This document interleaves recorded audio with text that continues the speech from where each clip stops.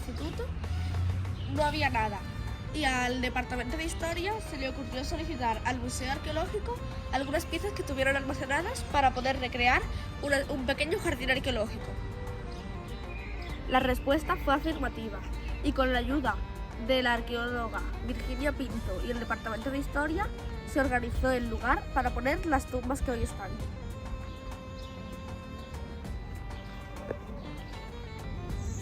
Este jardín arqueológico está ordenado en orden cronológico. Por allí tenemos las más antiguas, que son las tumbas fenopúnicas. Aquí en el medio tenemos las púnicas y más allí tenemos las tumbas romanas. Estas tumbas que podemos encontrar en nuestro jardín son tumbas reales, pero este no es su lugar de origen. En su interior había huesos, joyas, pero actualmente no se encuentran aquí, sino que están en el Museo Arqueológico de Cádiz.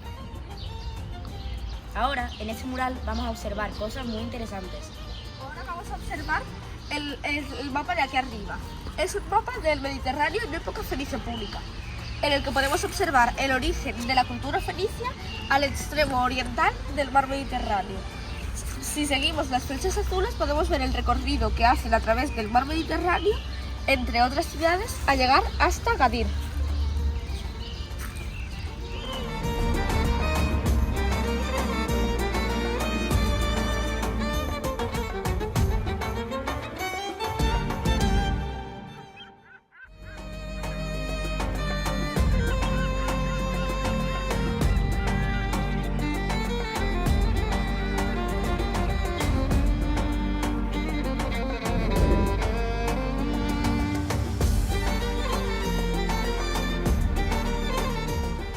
La razón por la que los fenicios llegaron tan lejos de su lugar de origen es por la navegación de cabotaje.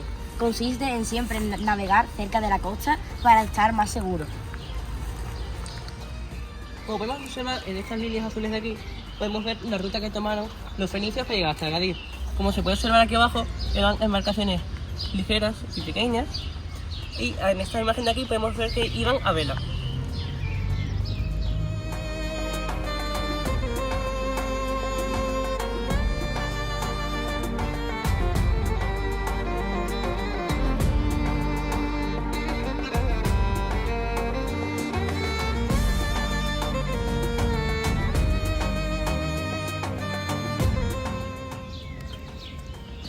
Los fenicios en su navegación se guiaban, entre otras cosas, por las estrellas y el recorrido que hacían los atunes.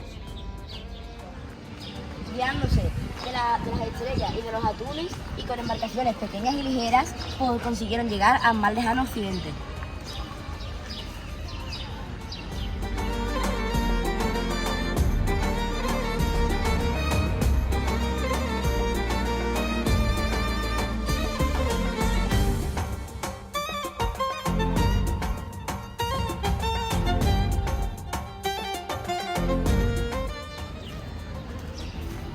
Los fenicios llegan hasta lo que hoy es Cádiz en busca de metales. Aquí, en unas islas del Atlántico, levantaron la mayor base comercial de Europa.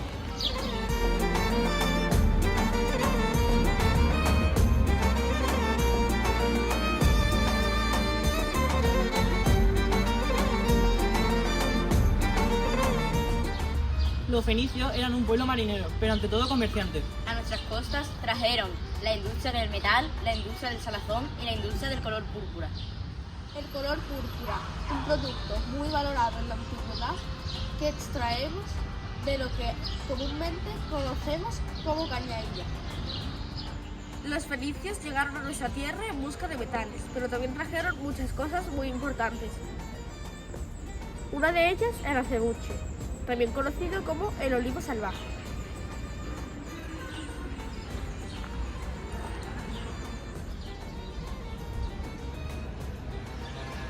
Olivo, señal de identidad de nuestra cultura. Olivo o acebuche, que da nombre a la isla más grande de las Cadeiras, Cotinoussa, cuyo nombre significa tierra de acebuches. Cádiz y San Fernando hoy no tienen la misma apariencia que tenían en el primer milenio antes de Cristo. En el primer milenio antes de Cristo, esta zona se conocía como el archipiélago de las Cadeiras. Parece ser que en ese momento gobernaba Gadeiro, descendiente de Poseidón, el dios del mar. Y de ahí su nombre, Gadeira. Estaba compuesto por 3 islas: Eriteia, la más al norte y pequeña, que hoy sería el casco antiguo de Cádiz; Cotinousa, que sería desde el casco antiguo de Cádiz hasta el castillo de Santipetri; y Antípolis, que sería San Fernando. Además de la cebuche, los fenicios también nos traen el alfabeto.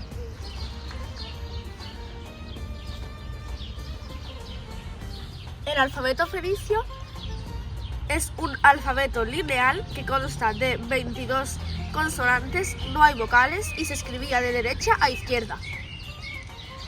Esta parte de aquí la vamos a ver aquí ampliada. Aquí está Eriteia y la parte norte de Cotinousa. Ambas islas estarían separadas por el canal Bahía Caleta.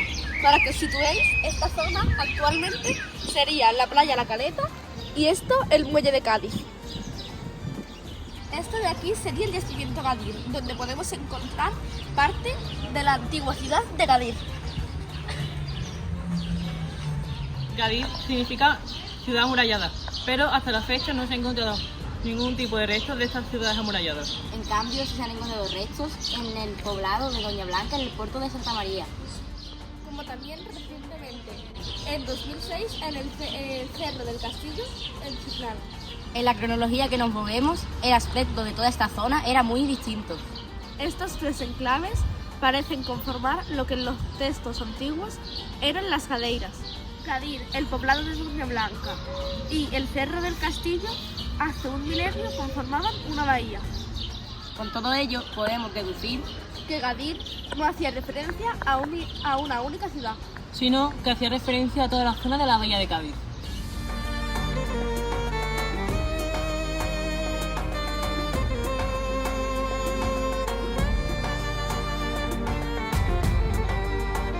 De esta época serían los famosos sarcófagos antropoides de Cádiz. Este sería el masculino. El sarcófago antropoide masculino de Cádiz fue encontrado en la Punta de la Vaca en el 1887. Desde aquel momento, el arqueólogo Pelayo Quintero estuvo obsesionado con la búsqueda de su versión femenina. Después de su muerte, al levantar su casa, descubrieron que su obsesión, el sarcófago femenino, estaba allí. Él estuvo viviendo encima de su obsesión sin saberlo durante mucho tiempo. Y este es el femenino, encontrado un poco más tarde que el masculino. Para curiosidad, en su interior no había el cuerpo de una mujer, sino el cuerpo de un hombre, posiblemente un guerrero.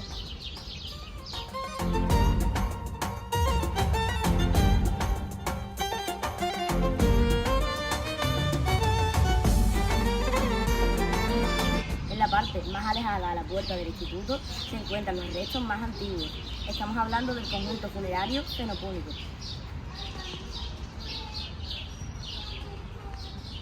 Datan de los siglos IV y V a.C.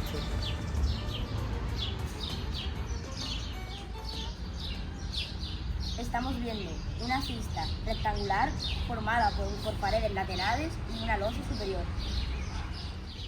El material es piedra opcionera, material autóctono de Cádiz. Los enterramientos fenopúnicos eran enterramientos colectivos, pero además encima de esta losa se podría poner otra cista para meter más cadáveres y se convertiría en un enterramiento tribal.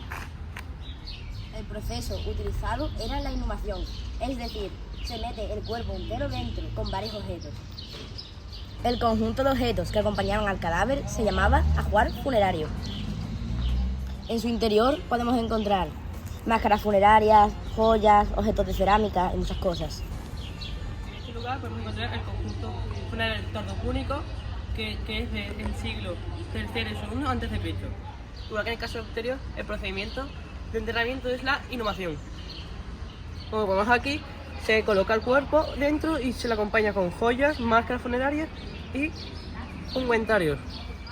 Existe una diferencia que es bastante notable porque es que no tiene paredes laterales y solo tiene la losa superior que cubre el cadáver.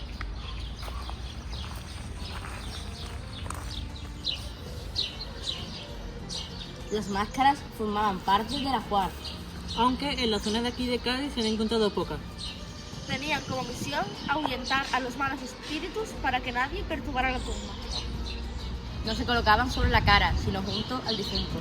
La mayoría de los rostros de estas máscaras se encontraban desencajados. Estas máscaras parecían estar en éxtasis por estar conectados a los dioses.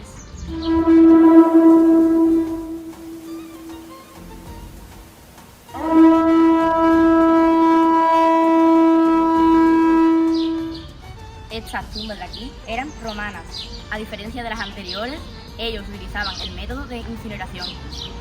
La incineración es un proceso donde se reduce el cuerpo a cenizas. En la antigua Roma se usaba para devolver al alma a su lugar de procedencia, el cielo. La cremación se realizaba en una pira con forma de altar. Encima se ponía el ataúd con el cadáver dentro y se le abrían los ojos para que pudiera ver cómo su alma se iba al cielo. Los acompañantes echaban alimentos, perfumes, agua y vino a la pira en forma de ofrenda. Además, se decía en alto por última vez el nombre del difunto. Ya por último se encendía. Dorime, ameno, omanare imperavi ameno, timere, mantiremo, ameno. Omanare imperavi munare, ameno, omanare imperavi munare, ameno, ameno dore, ameno dorime, ameno dorime,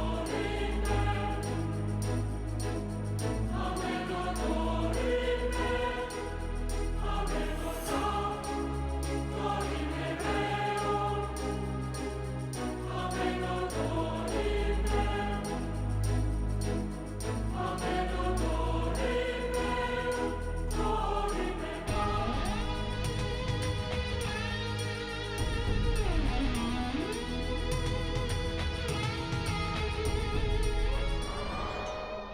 Cuando todos los acompañantes habían ido, excepto los familiares, estos guardaban los restos en una tela blanca para enterrarlos o guardarlos en una urna como esta. mantiremo, ameno. Omanare imperavi munare, ameno, omanare imperavi munare, ameno, ameno dore, ameno dorime, ameno dorime, ameno dorime veo, ameno dorime, ameno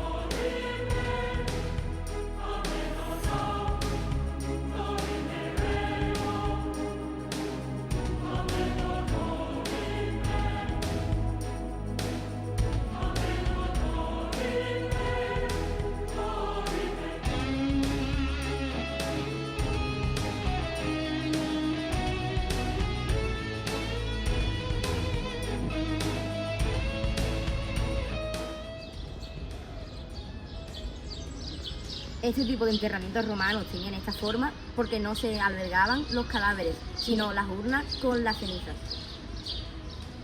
Estas urnas podían ser de cerámica, metal o incluso cristal. En Eritrea estaría el templo de Astarte, que coincidiría con el templo con el castillo de Santa Catalina. En el norte de Cotinoussa estaría el templo de Baal-Amon, Moloch o Cronos, que coincidiría con el castillo de San Sebastián. Y al sur de Cotinoussa estaría el templo de Melkart o del Hércules gaditano, que coincidiría con el castillo de Santipetri.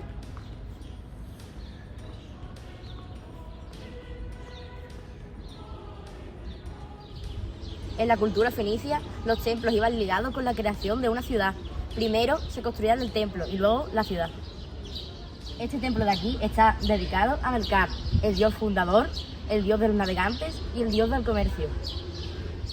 Aparte de ser el santuario más importante, también se lleva la contabilidad y también en él se guarda el tesoro más importante de la ciudad.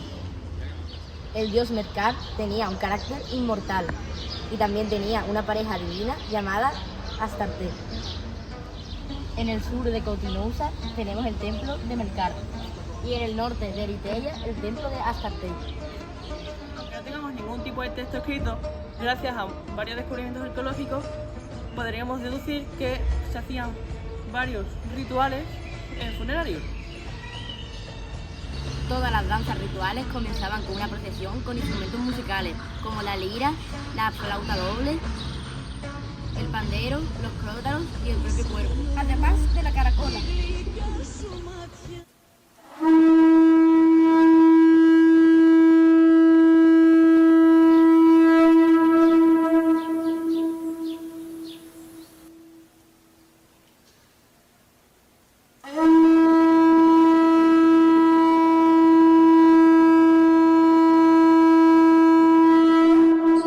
La procesión se dirige cantando y bailando de camino al santuario. A los instrumentos se les suman las joyas de las mujeres. Que son las que siempre están vinculadas a los ritos sagrados. Y el tintineo de estas joyas se sumaban a la música.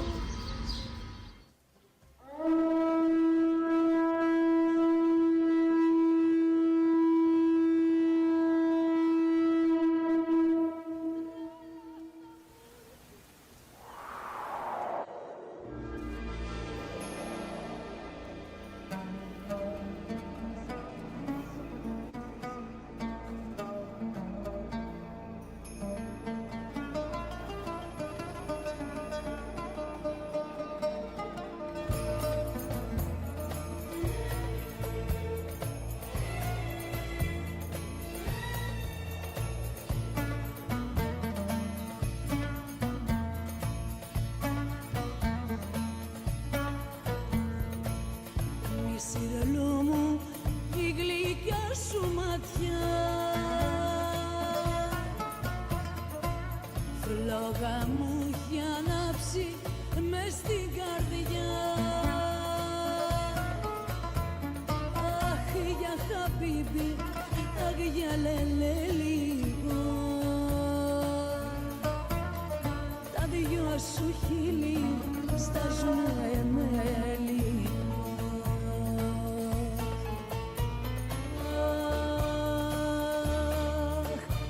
Σιρελού, μαγική, ξωτική ομορφιά. El incienso y los perfumes en estos rituales tenían un papel fundamental. Servía para crear un ambiente propicio para contactar con el otro mundo. Música, danza y aroma con sumo ascendente para llegar a los dioses. Σου ματιά, φλόγα μου έχει ανάψει μες στην καρδιά. Αχ για χαμπίμπι, αχ για λελέ λίγο, τα δυο σου χείλη στάζουν εμέλη.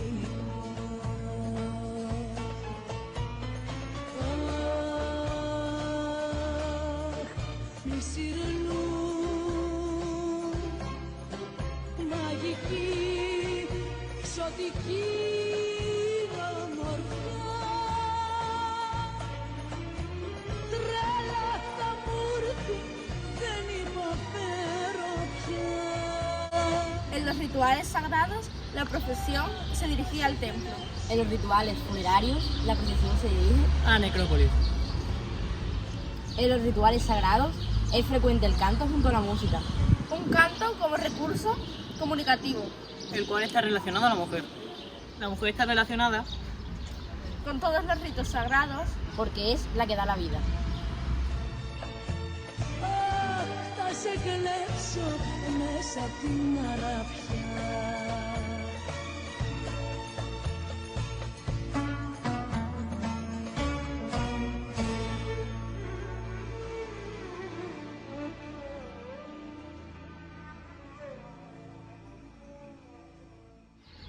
Estos rituales eran sagrados y contenían sacrificios. Servían para facilitar la transición entre la vida del difunto y el más allá. En el lugar originario donde se hallaron estas tumbas, se encontraron unos pozos sagrados en los que había restos de cerámicas, cenizas y algunos restos animales. Y eso nos da a entender que se hacían rituales funerarios.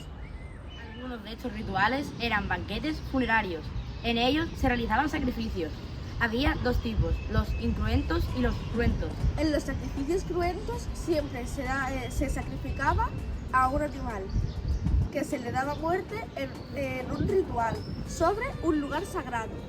Después, con la carne se comía entre todos los participantes del ritual y los restos se echaban en los pozos sagrados que estaban al lado de las tumbas de los que antes he hablado. Y los sacrificios incruentos son aquellos en los que no se sacrificaba ningún tipo de animal, sino que se ofrecían otras cosas como el pan y el vino.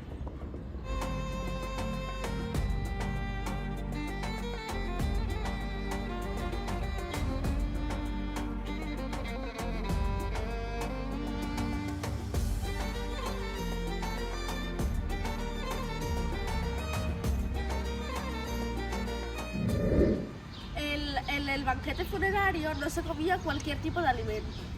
En la dieta básica de los fenicios y los púnicos se comían cereales, pescados y moluscos. Con los cereales hacían panes, tortas y ganchas. La carne era un alimento muy poco consumido por los fenicios y púnicos. Solo la comían en ocasiones muy especiales, por su alto valor económico. Aparte de eso, tampoco la consumían mucho porque los animales tenían otras funciones, como la lana, estar en el campo o ser simplemente animales domésticos. Como ya ha dicho mi compañero, la carne no es algo que se consumía habitualmente, sino que se reservaba para momentos especiales como los banquetes funerarios. Esta carne puede ser, por ejemplo, de carnero. Los objetos cerámicos que se utilizaban para comer en este banquete eran sagrados y no se podían volver a usar. Entonces, cuando acababan de comer, se rompían y se echaban en los pozos que estaban cerca de las tumbas. Esos tipos de restos son los que nos dan la evidencia de que efectivamente se realizaban esos tipos de banquetes funerarios. Esa es la labor del arqueólogo, deducir a través de los restos materiales. El vino era utilizado en contextos funerarios y rituales por su parecido a la sangre, también por ser un símbolo de regeneración e inmortalidad. También era valorado por su carácter embriagador, ya que ponía a los hombres en contacto con la divinidad y sus ancestros. Este 4 de julio de 2024, en unas obras de construcción de viviendas en la calle Marqués de Coprali, en Cádiz, Se hallaron 30 enterramientos romanos y fenicios. Estos hallazgos vienen a confirmar la teoría de realización de banquetes y rituales funerarios. Se han encontrado restos de cerámicas, restos de animales y también un colgante del dios egipcio Pes, protector de los niños. además de 200 clavos de hierro que servían para fijar el cadáver y alejar a los malos espíritus para que no se lo lleven a otro mundo. Todo lo estudiado en este documental puede variar. Ante cualquier posible nuevo descubrimiento, los planteamientos pueden cambiar. Por eso podemos decir que la arqueología sin duda es una ciencia viva.